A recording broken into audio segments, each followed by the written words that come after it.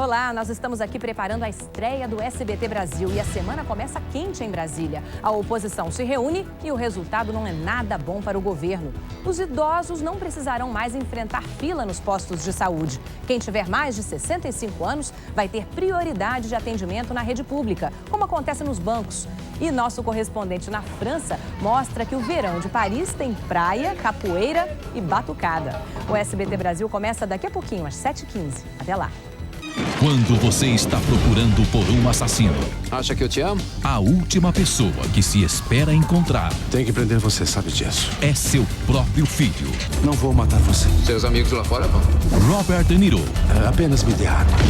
James Franco, Eu não vou pra cadeia. pela primeira vez na televisão, Se afasta. Eu não quero te matar. O Último Suspeito. Amanhã, logo após Chica da Silva, no Cine Espetacular.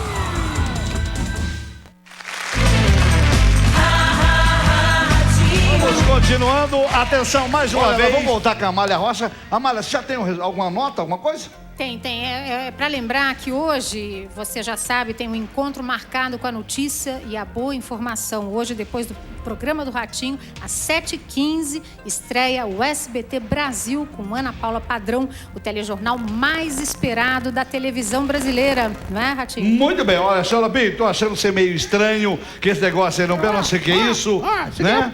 Desde que a Ana Paula começou a circular aqui pelos corredores do SBT, você anda babando pelos corredores dele. Você anda babando. Qual é o babado? O que foi? Babado? Qual que é o babado? Tem sempre produção. E a charge do dia, Ratinho? Roda a charge! Vai lá, a charge, vai. Recebendo hoje a nova estrela do jornalismo do SBT, Ana Paula Padrão. Que estrela nada, Ratinho. Sou apenas uma jornalista. Eu queria dizer uma coisa pra você. Melhor não. Esse aí só fala bobagem. Mas ele é tão bonitinho. E eu também sou bonitinho. Bom, deixa eu ver. Tirando o rosto e o restante é muito bom. Ah, bem feito. Quem manda se meter a besta onde não é chamada? O que você ia dizer, Xaropinho? Ó o que você vai falar, hein, seu tonto. Gostaria de dizer que sou seu fã número 1 e amei quando soube que você ia fazer parte da família do SBT. Que todos os seus projetos profissionais e pessoais, incluindo o bebê, sejam plenamente realizados. Ah, que lindo!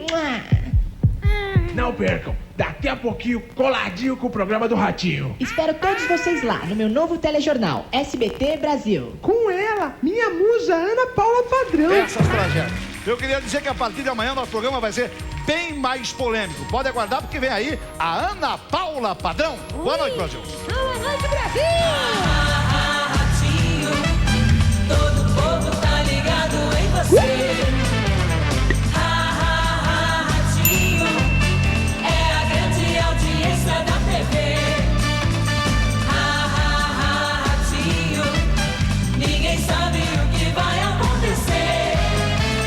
Tem café no bullying, coragem e saúde, ele traz muita alegria pra você. Tem café no bullying, coragem e saúde, ele é o justiceiro da TV.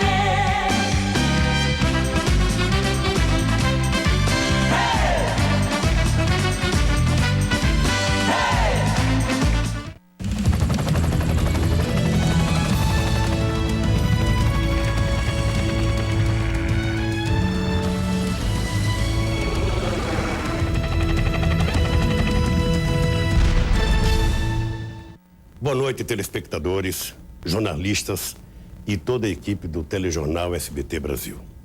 Em primeiro lugar, quero parabenizar o SBT por essa iniciativa de fortalecer o jornalismo em sua programação. Eu penso que a sociedade brasileira está evoluindo a cada dia e o jornalismo tem papel fundamental nesse processo de amadurecimento.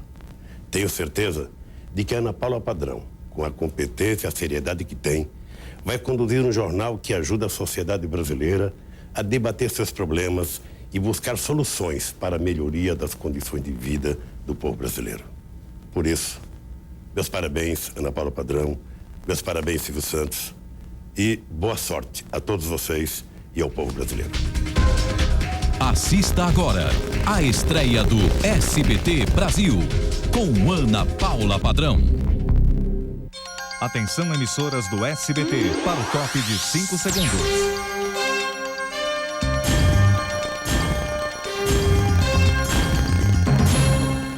Lantec, invente moda.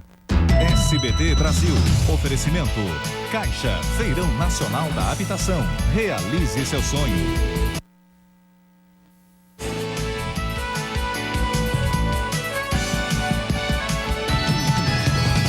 Diretamente do Centro de Televisão da Anhanguera, em São Paulo, SBT Brasil, com Ana Paula Padrão. Muito boa noite para você. A partir de hoje, de segunda a sábado, às 7h15, nós temos um compromisso com você. O compromisso de informar com opinião, de analisar a notícia, traduzi-la e deixar você por dentro dos fatos. Nós todos do SBT estamos muito felizes e muito orgulhosos desse novo jornal. Contamos agora com você, com a sua parceria. Bem-vindo ao SBT Brasil. E você vai ver agora as notícias mais importantes desta segunda-feira, 15 de agosto.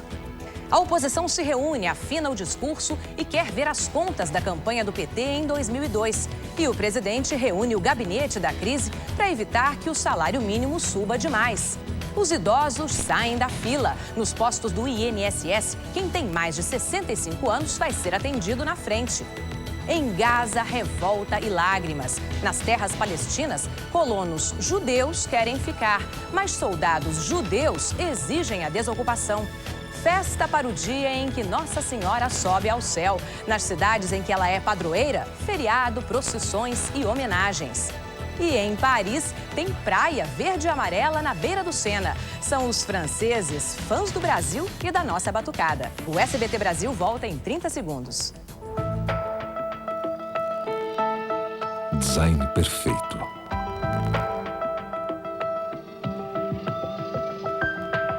Moderno. Inteligente. Nokia, você conectado.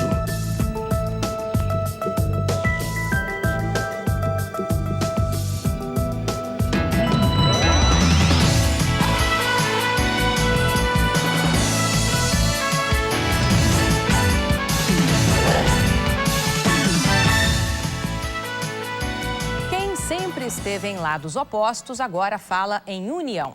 Os partidos de oposição ao governo querem traçar uma estratégia comum diante da crise. Eles falam em impeachment, mas por enquanto é só discurso.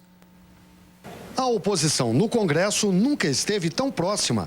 Todos falam a mesma língua, apesar das diferenças no tom. 6 partidos se reuniram hoje para afinar os discursos. PSDB, PFL, PDT, PPS, PV e parte do PMDB. Um grupo grande trabalhando com um objetivo único, qual seja o de passar a limpo as denúncias que estão em curso. Impeachment, ele exige que haja prova cabal e irrefutável, que haja maioria congressual e que haja chancela da sociedade. Não entendo que nós convivamos com isso. A palavra impeachment está em cada entrevista ou discurso da oposição. O presidente do PFL diz que é preciso aprofundar as investigações, mas usa um tom de ameaça. A lei não permite aos partidos políticos o ingresso de um pedido de impeachment, nem a organizações. O impeachment é um direito de cada cidadão brasileiro, nato ou naturalizado, que esteja em pleno uso e gozo dos seus direitos. O PSDB ainda mostra cautela. Nós preferimos continuar apurando e denunciando que o presidente Lula perdeu o controle do governo brasileiro. Sou contrário a muita discussão que está tendo nesse momento dessa questão de impeachment. Sou contrário, acho que não é hora de discutir isso. Você não começa pelo fim, né? Impeachment é a última coisa de um processo investigatório. O presidente da OAB se arrisca mais. Para haver um impeachment precisa existir 3 convergências, 3 viés. O delito, a vontade política e o clamor social. E há os que aproveitam politicamente a ocasião. O presidente da Câmara, que assumiria a presidência da República, no caso de impedimento do presidente Lula e do vice José Alencar, já se lança. Se acontecer, eu tenho que fazer cumprir o que a Constituição pede. Estou preparado para tudo. Os problemas do PT e a possibilidade de impeachment causam baixas ao partido. Hoje foi o presidente da CPI dos Correios que anunciou a saída dele. Não vou trabalhar no PT com quinta coluna, candidato, mas infelizmente não pelo PT, mas por outro partido. E agora vamos falar ao vivo com o repórter Guilherme Menezes, que está em Brasília acompanhando a reunião dos parlamentares de oposição. Então, Guilherme, boa noite. Uma decisão importante já foi tomada aí, não é? Boa noite, Ana Paula. Importante sim. Ainda nesta semana, a oposição vai pedir à Justiça a reabertura das contas de campanha do presidente Lula. As contas foram aprovadas pelo Tribunal Superior Eleitoral, mas podem ser reabertas por causa do depoimento do publicitário Duda Mendonça à CPI dos Correios na semana passada. Duda disse à comissão que prestou serviço sim ao PT em 2002, como é público, mas importante, parte do dinheiro que ele recebeu como pagamento pelos serviços que prestou teria sido depositada numa conta num paraíso fiscal fora do Brasil. Isso, todo mundo sabe, é proibido por lei. O Palácio do Planalto reagiu dizendo, primeiro, que as contas são públicas, podem ser acessadas por qualquer um por meio da internet no site do TSE. E segundo, que a oposição estaria fazendo apenas marketing político. Uma última informação, Ana Paula.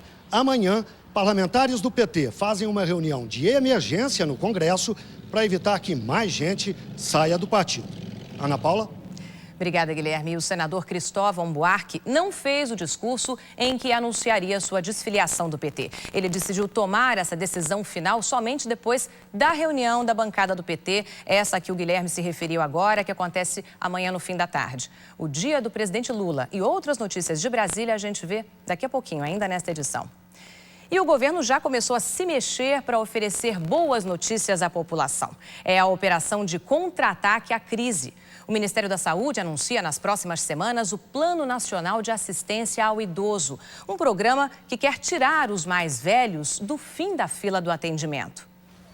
Na entrada do Hospital Geral de Bom Sucesso, no Rio, o aviso resume a crise da saúde pública. A busca por atendimento médico é uma peregrinação que começa cedo e nem sempre termina bem.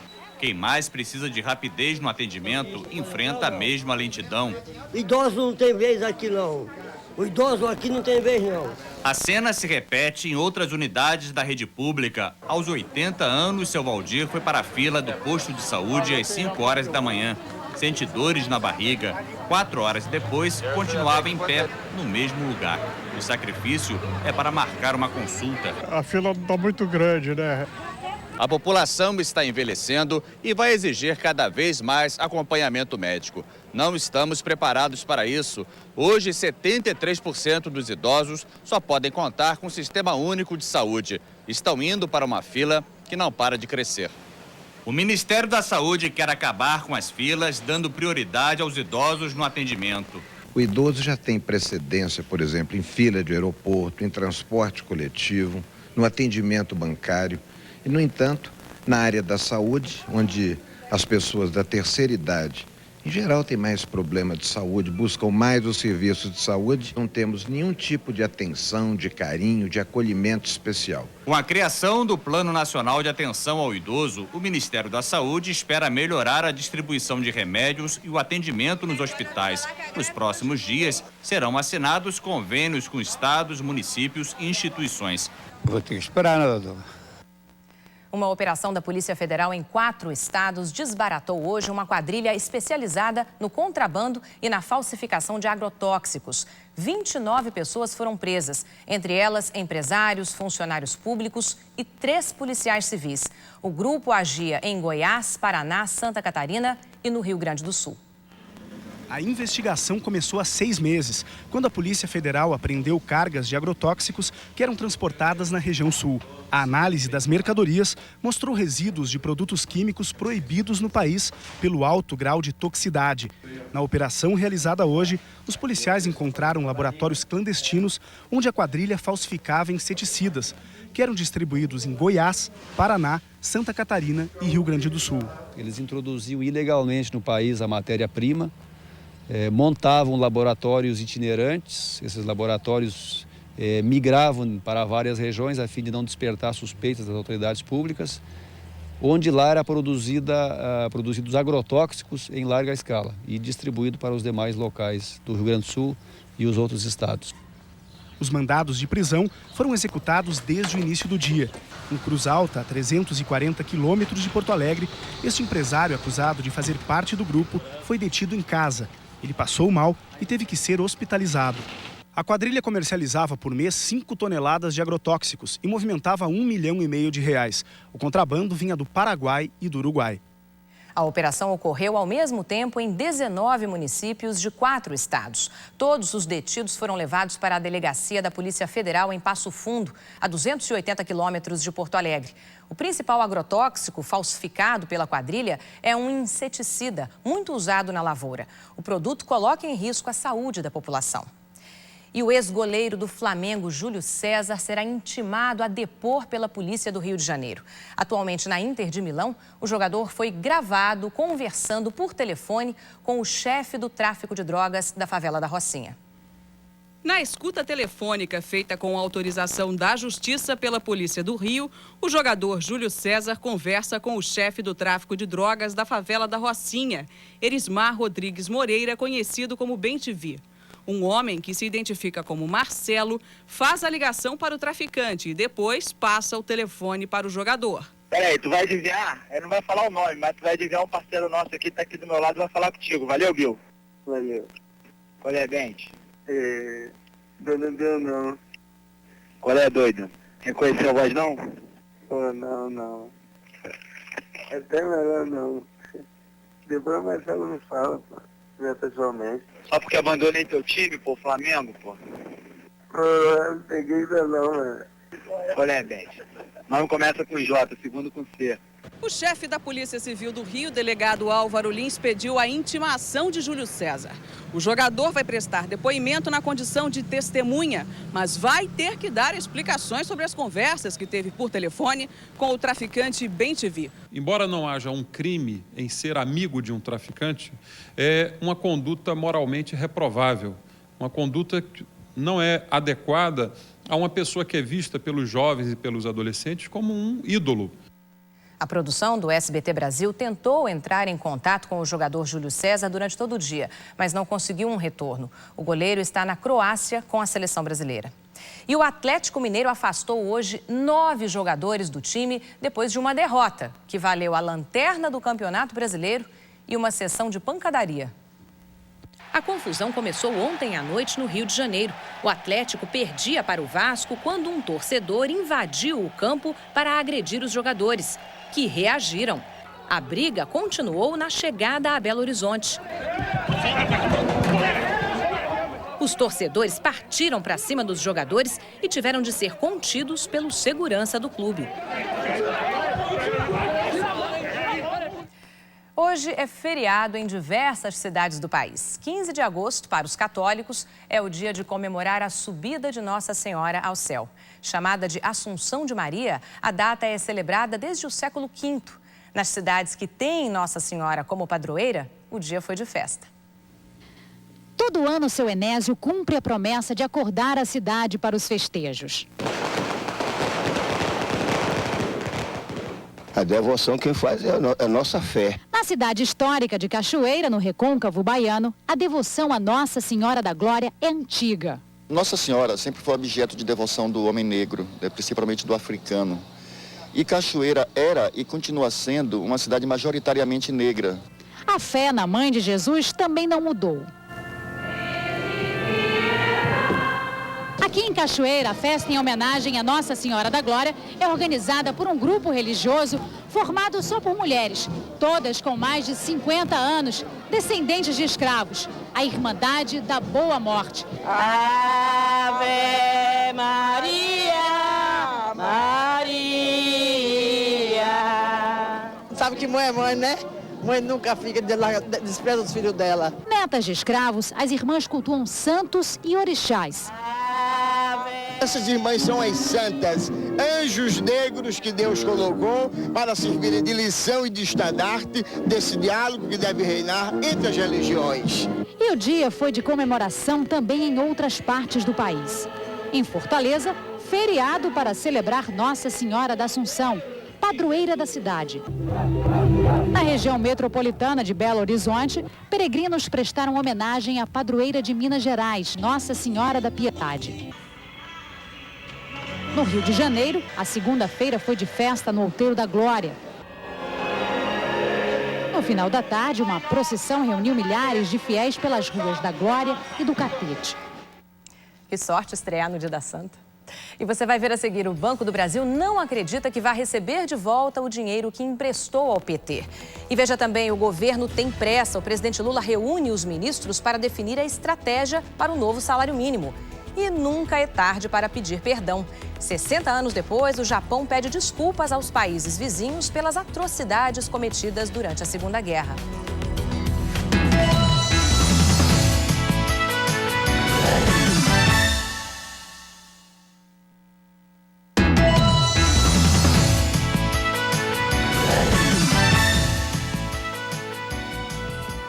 Há exatos 60 anos, o Japão se rendia aos aliados e a Segunda Guerra Mundial chegava ao fim. Várias cerimônias marcaram a data ao redor do mundo. E nós vamos agora, ao vivo, a Londres, conversar com o nosso correspondente Marcelo Torres. Boa noite, Marcelo. Qual foi o tom das comemorações em Londres? Boa noite, Ana Paula. O clima aqui foi positivo. A Grã-Bretanha fazia parte da coalizão que derrotou Alemanha, Japão e Itália na Segunda Guerra. Por isso, os sobreviventes são aqui homenageados, eles são tratados como heróis. Já no Japão, o clima foi bem mais sóbrio. Foi um dia de pedir perdão. 15 de agosto de 1945. Dias depois do bombardeio atômico a Hiroshima e Nagasaki, o Japão se rendeu. Chegava ao fim uma guerra de 6 anos, em que o país invadiu várias nações vizinhas, como a China e a Coreia. Hoje, o primeiro-ministro Junichiro Koizumi pediu desculpas. Ele disse que o Japão aprendeu as lições da guerra, mas reconheceu que o país causou destruição e sofrimento a outros povos. A data da rendição foi lembrada em várias cerimônias ao redor do mundo. Na Austrália, ironicamente, foi a Força Aérea que lembrou que a primeira derrota terrestre do Japão aconteceu no país. Ana, aqui em Londres, a cerimônia foi no Museu Imperial da Guerra. A realeza britânica homenageou os veteranos. A Rainha Elizabeth II mandou como representante o marido dela, o Duque de Edimburgo. Eu conversei, Ana, com um veterano de guerra de 85 anos. Aos 21 anos, ele ficou cego e perdeu as 2 mãos. Ele estava hoje muito emocionado e eu perguntei para ele que mensagem ele queria deixar para as novas gerações sobre o período de guerra e sofrimento que ele passou. E sabe qual foi a mensagem que ele disse, Ana? Qual, Marcelo? Ele disse para manter a mente ocupada. Ana Paula. Para bom entendedor, meia palavra basta, né, Marcelo? Obrigada, hein? O novo salário mínimo foi o principal assunto da reunião de hoje entre o presidente e o chamado Gabinete da Crise, os ministros mais próximos a Lula. A votação do mínimo na Câmara dos Deputados vai ser uma prova de fogo para o governo. Lula entregou a missão ao coordenador político do governo, Jacques Wagner, reorganizar o apoio no Congresso para não deixar que o novo valor, R$ 384, seja aprovado. Disposto a reagir à crise, o presidente começou muito cedo a sua agenda de trabalho. Na pauta, a discussão com ministros do momento político e da necessidade do presidente fazer um novo pronunciamento à nação. Por enquanto, Lula foi aconselhado a adiar a ideia e esperar o aprofundamento das investigações das CPIs e da Polícia Federal. Mas o assunto teve prioridade na reunião de hoje, onde os ministros também discutiram formas de reverter a última derrota do governo no Congresso, quando o Senado elevou para R$ 384 o valor do salário mínimo. O governo vai tentar reorganizar a base de apoio para derrubar a emenda. O governo tem 2 problemas pela frente. Primeiro, se perder na votação do salário mínimo, os gastos públicos vão aumentar em 16 bilhões de reais e o presidente Lula terá que vetar a medida. Agora, se não houver quórum para a votação, a medida provisória perde a validade na sexta-feira e o salário mínimo volta a ser de R$ 260, valor que tinha até o dia 1º de maio. Olha, eu queria primeiro dar uma tranquilidade a todos os aposentados, pensionistas que dependem da Previdência. Seguramente, independente da votação na Câmara ou se ela vier a caducar, é claro que o governo não vai fazer nenhuma redução, vai manter aquilo que já está encaixado pela economia brasileira, pela Previdência Social e, portanto, a manutenção dos R$ 300. E a CPI dos Correios está trabalhando para apressar o processo de perda de mandato dos parlamentares acusados de corrupção. São 18 os nomes na lista. E ainda esta semana, a CPI quer ouvir o doleiro envolvido nas denúncias de envio de dinheiro do PT para o exterior. Toninho da Barcelona, que está no presídio de segurança máxima de Avaré, pode ser transferido para São Paulo só para conversar com os parlamentares. Boa noite, Ana Paula. Eu estou aqui nesse exato momento entre dois mundos completamente diferentes. No Congresso Nacional, você tem a sensação de que o governo Luiz Inácio Lula da Silva está tão fraco, que ele vai cair daqui a 5 dias. Mas se você atravessa a rua e vem aqui para o Palácio do Planalto, a sensação é muito diferente. É de que não há crise, está tudo tranquilo, tudo em paz e que Lula pode ficar no governo ainda mais 20 anos. Entre essas duas realidades, que na verdade são ficção, você tem a realidade. E é essa que começa a sentir a crise. Por exemplo, o comércio já dá sinais preocupantes. E amanhã começam as manifestações de rua. UNE, CUT e MST vão às ruas a favor de Lula. E na quarta-feira, partidos de esquerda como o PSOL da Heloísa Helena e o PSTU vão às ruas contra Lula. Lula, que não é bobo, amanhã fica em Brasília para as manifestações positivas, mas na quarta-feira prefere viajar para a Bahia. É preocupante, Ana, se o governo começar a mobilizar os movimentos de esquerda que são tradicionalmente vinculados ao PT para ir às ruas. A crise, que já é ruim, pode ficar ainda muito pior. Ana Paula. Obrigada, Eliane. E essa crise política já azedou o humor dos consumidores paulistanos. A pesquisa a que o SBT Brasil teve acesso em primeira mão é da Federação do Comércio de São Paulo. O estudo mostra que o índice de confiança do consumidor caiu mais de 5% em agosto e atingiu o menor patamar dos últimos 12 meses. Para a FEComércio, o resultado mostra a apreensão dos paulistanos com o agravamento do cenário político. Essa pesquisa foi feita antes dos depoimentos do publicitário Duda Mendonça e do ex-deputado Valdemar Costa Neto. E o Banco do Brasil vai aumentar as reservas financeiras para compensar eventuais perdas em empréstimos com o Partido dos Trabalhadores. Em outra decisão, resolveu fazer uma devassa nos contratos de marketing, nas contas de publicidade, na empresa Cobra Tecnologia e no Banco Popular do Brasil. Eles foram citados na CPI dos Correios por suspeitas de irregularidades.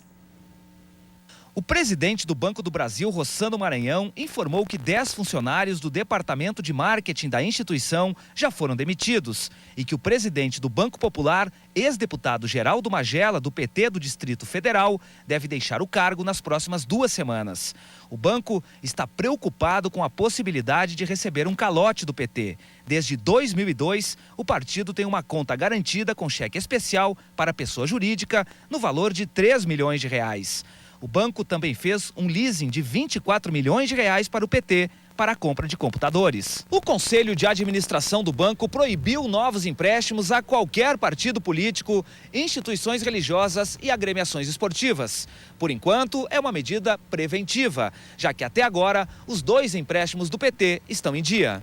O banco daqui para frente não opera mais com nenhum partido político. Isso é uma decisão muito mais em defesa da boa governança corporativa.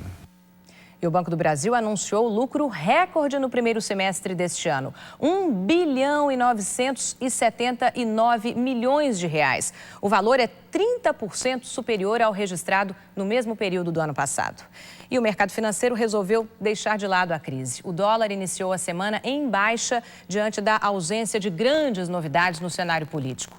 O dólar comercial fechou em baixa de quase 2%, a R$ 2,33. A Bolsa de Valores seguiu na direção contrária e subiu mais de 1,5%.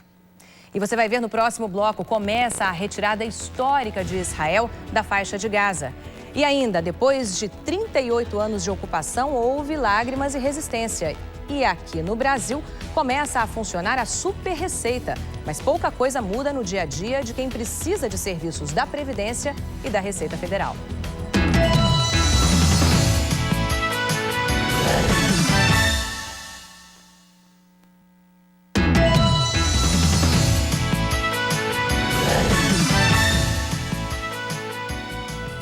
Está esperando aquele dinheirinho extra? Atenção, já estão nos bancos as restituições do terceiro lote do imposto de renda deste ano.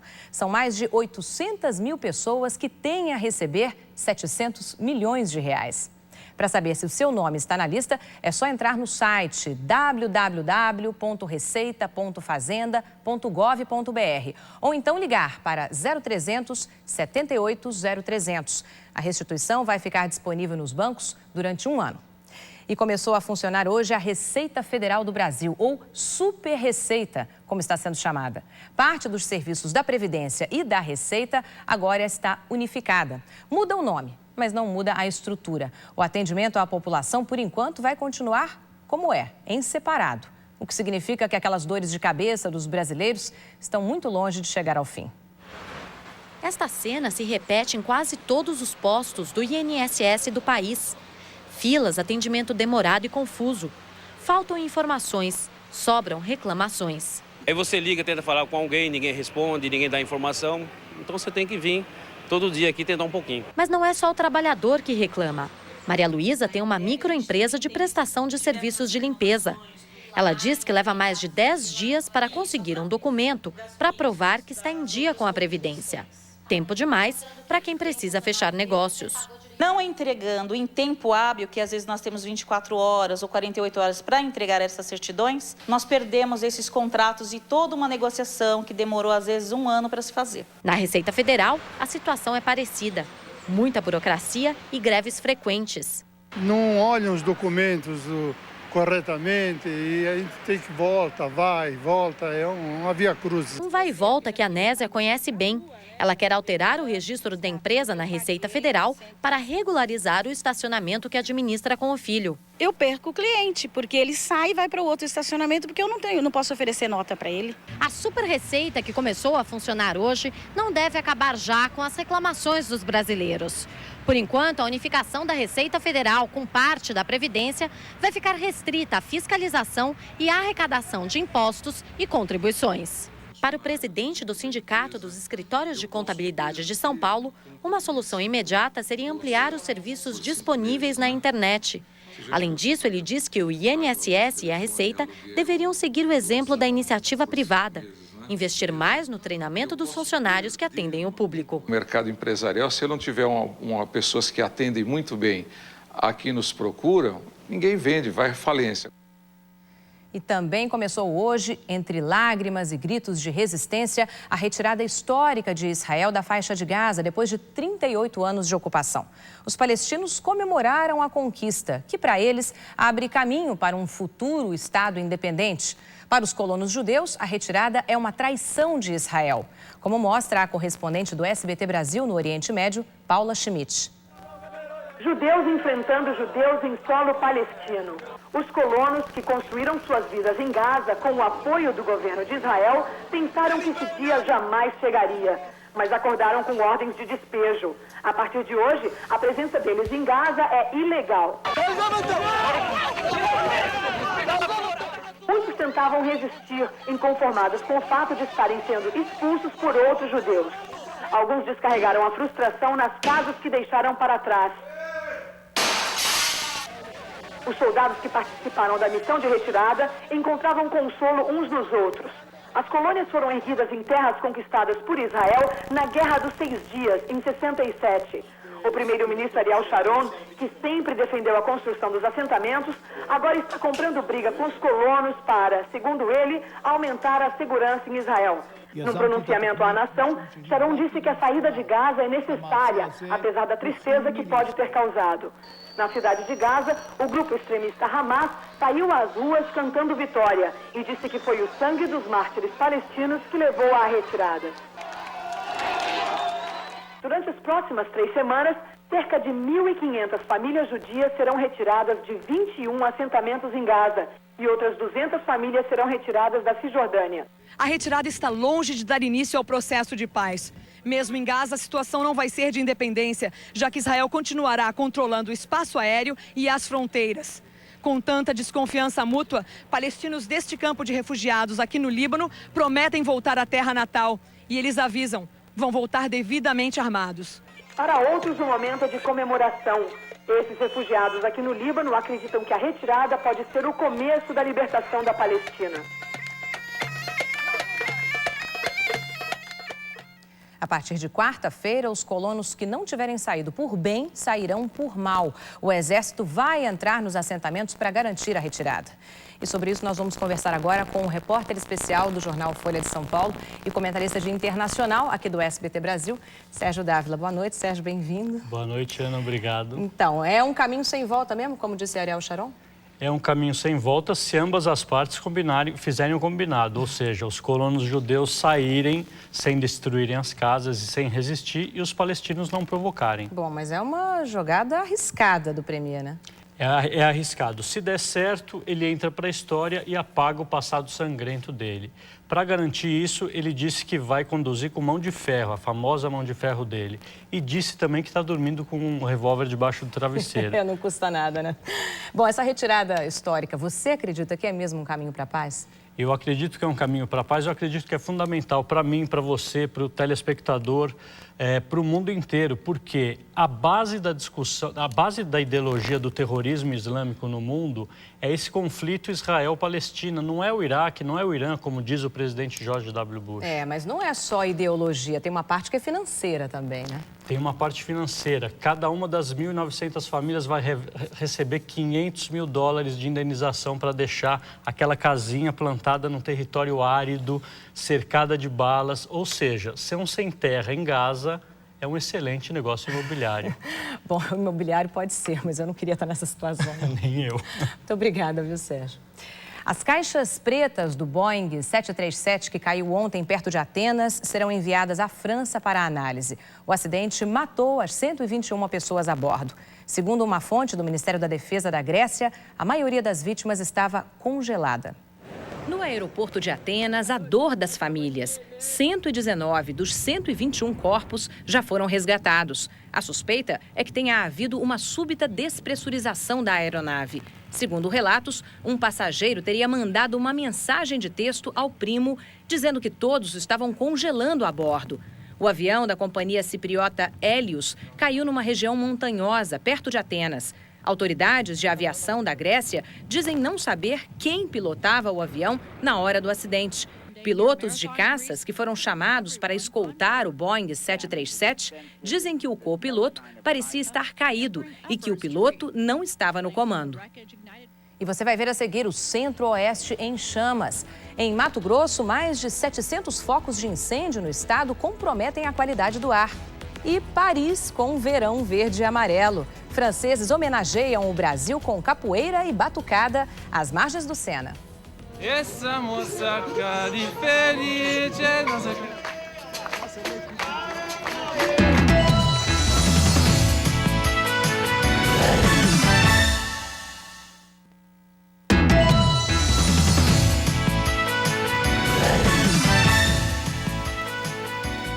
O Ministério da Saúde abriu 1.360 vagas temporárias em hospitais do Rio de Janeiro. O contrato de trabalho é por 1 ano, podendo ser prorrogado por mais 12 meses.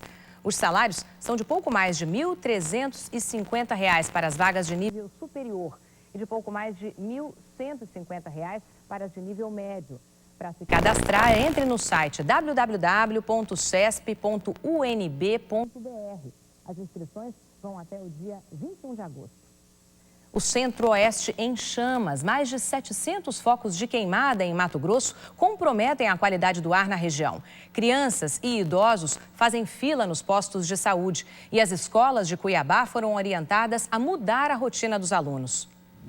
No Parque Estadual do Encontro das Águas, divisa entre Mato Grosso e Mato Grosso do Sul, o fogo se alastra desde sábado.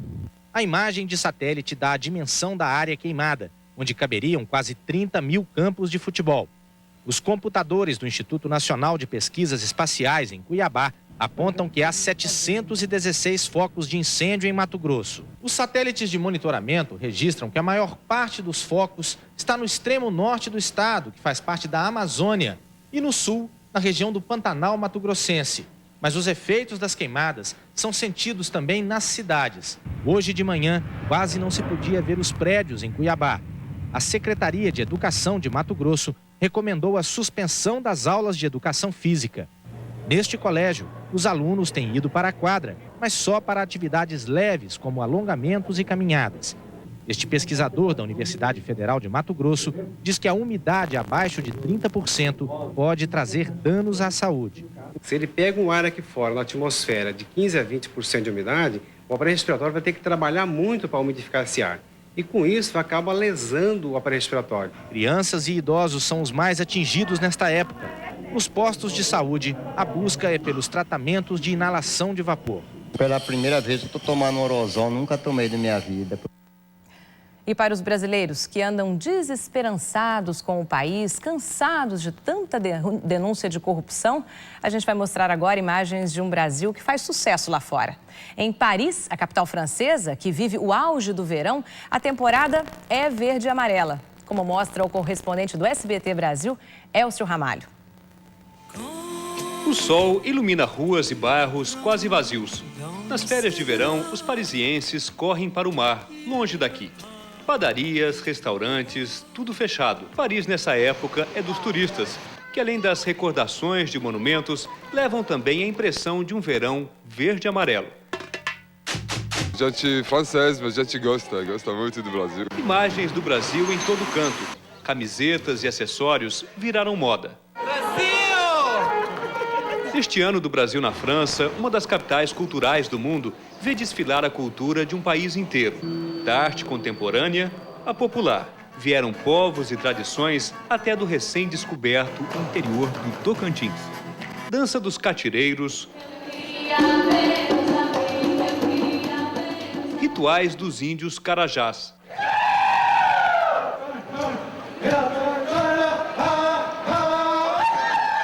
Sentimos quase em casa aqui. Divulgamos a nossa cultura milenar. Claro que essas imagens fortes do Brasil estão muito em evidência aqui na França esse ano. O campeonato francês, por exemplo, começou com 25 jogadores brasileiros em campo. Até os bois de Parintins, lá do Amazonas, vieram mostrar que há carnaval além do Rio e do Nordeste. Já com relação às praias, os franceses descobriram que é o jeitinho para tudo. Na beira do rio Sena, toneladas de areia, palmeiras, guarda-sol e espreguiçadeiras compõem o cenário da Praia de Paris. Pela primeira vez em 4 anos, a praia urbana mais famosa da Europa ganhou ares, cores e nomes de praias legítimas. Tem uma parte que chama Copacabana, tem um trecho que chama Ipanema. Não é a mesma coisa, mas lembrar pra gente como é bom lá. Não tem mergulho na água, nem futevôlei. Mas tem aulas de dança e de capoeira.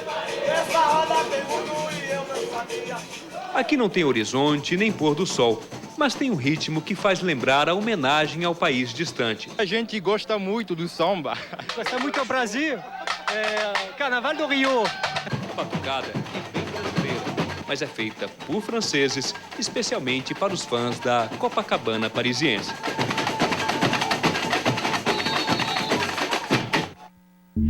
E o SBT Brasil fica por aqui. A gente espera que você tenha gostado do que viu e que esteja conosco novamente amanhã. Em nome de toda uma equipe que não aparece em frente às câmeras, mas que está ali na redação, trabalhando muito, mas com muito prazer para oferecer a você o melhor da notícia no Brasil e no mundo, eu quero dizer muito obrigada. E a gente volta amanhã às 7h15. Uma boa noite para você e até lá.